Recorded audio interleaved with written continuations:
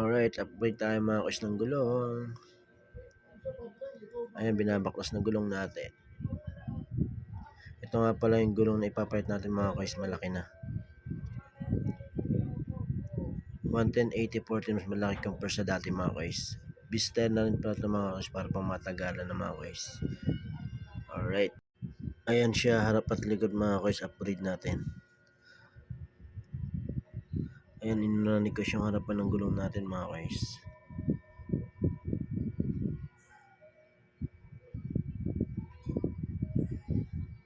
Mga kois, upgraded na ating gulong mga kois. Ayan, oversize na yun mga kois. Bali, stock niya is 180. Ito is 110/80 na siya mga kois. Ayan, malaki na siya mga kois. Then yung itong nasa likod natin dati na stock mga kois is yun na yung sukat ng nasa harap natin mga kois na gulong. Ayan, bali nag-upgrade tayo. Ayan mga kois, oh. Yan yung sukat dati sa likod natin mga kois na gulong. Bali pangharap na siya ngayon mga kois.